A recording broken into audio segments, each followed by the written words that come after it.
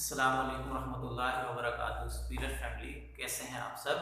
उम्मीद करता हूं कि आप खैरियत से होंगे।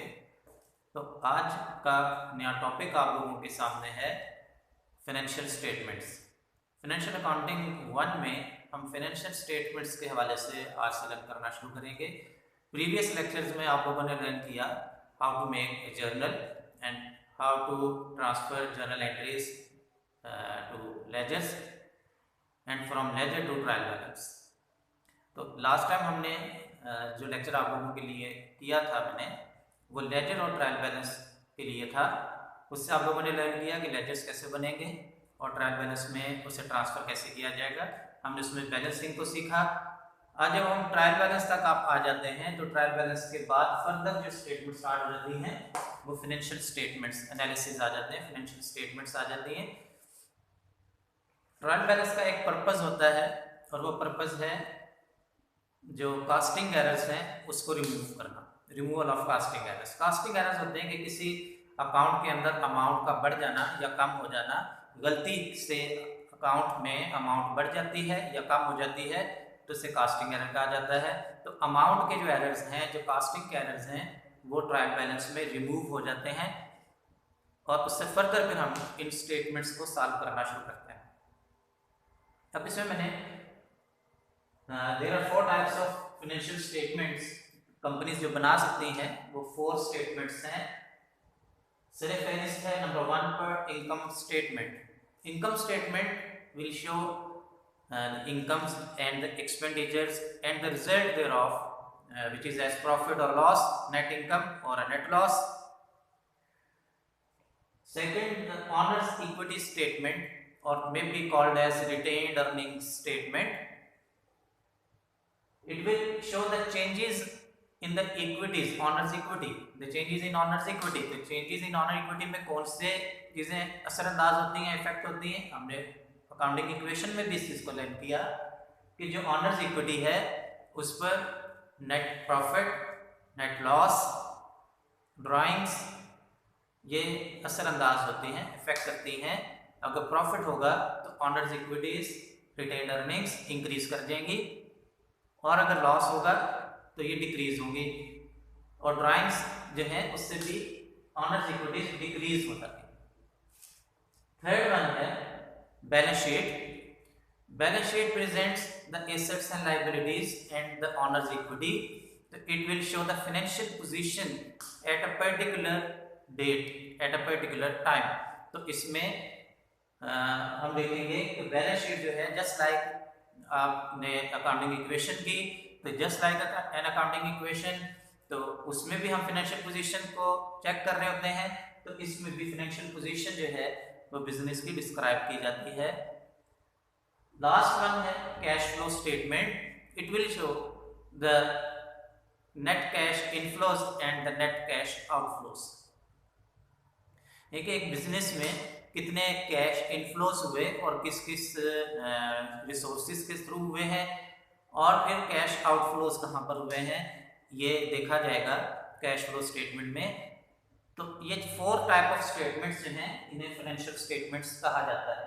इसमें से वेरी फर्स्ट जो है, अगर मैं इसको सिंपल वे में डिस्क्राइब करूं यहाँ पे फॉर्मेट के थ्रू, तो हम कह सकते हैं कि किसी कंपनी का नेम आप लिखेंगे और नीचे शो कर देंगे income statement for the period ended.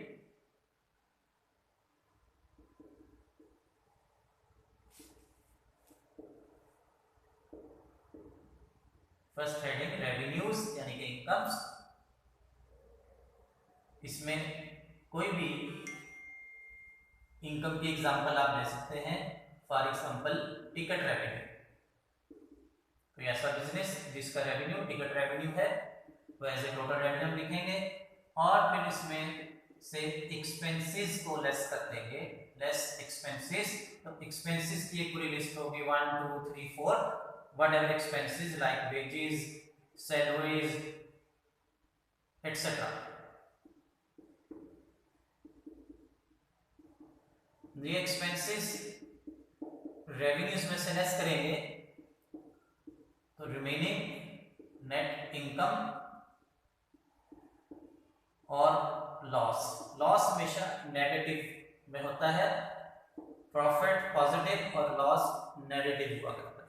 तो अगर आंसर नेगेटिव हो जाएगा तो आप समझ लें कि ये नेट लॉस है, अदरवाइज वो नेट इनकम कैलकुलेट होगी।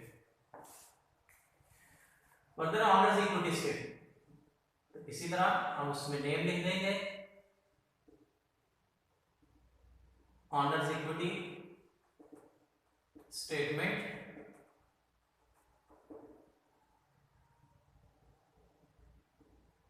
for the period ended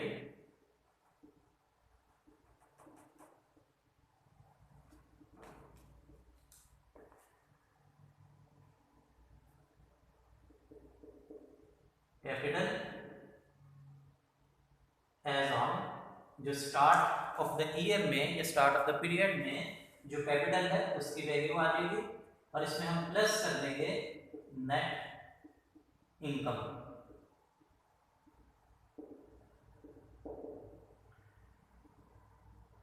और प्लस करने के बाद हम इसमें से लेस कर देंगे ड्राइंग्स।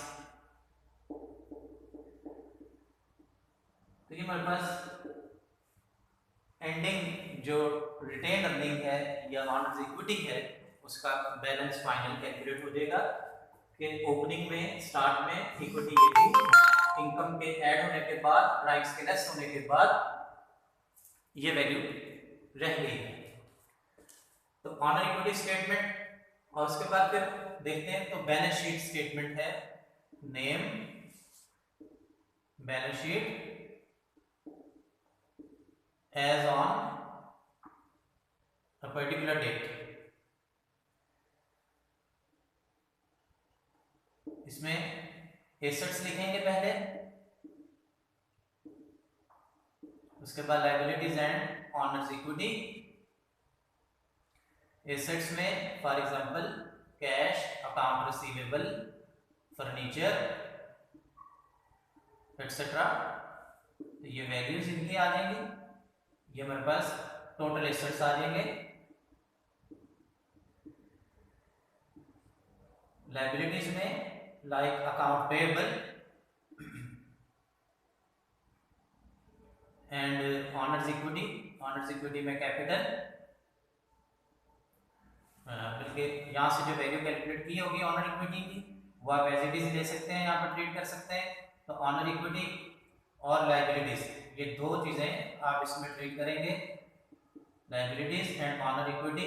तो ये टोटल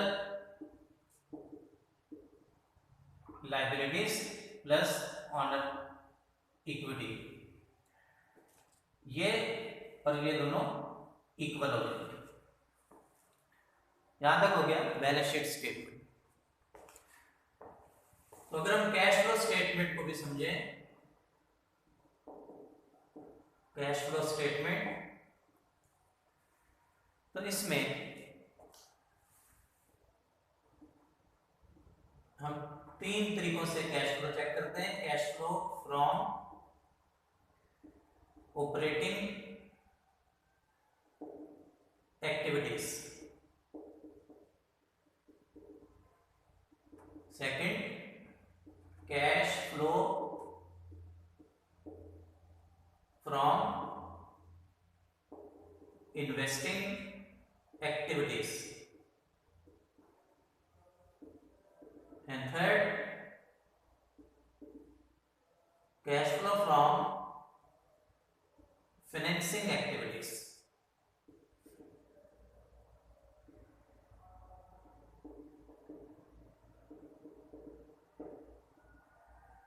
इससे हम ये फ्लोज जो हैं, कैश फ्लोज जो हैं, inflows and outflows of operating activities, investing activities and financing activities check कर सकते हैं।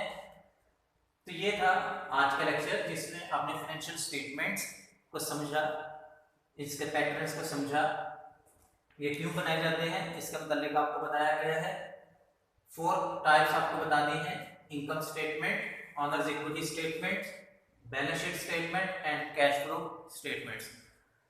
उम्मीद करता हूं कि आपको आज का लेक्चर समझ आ गया होगा।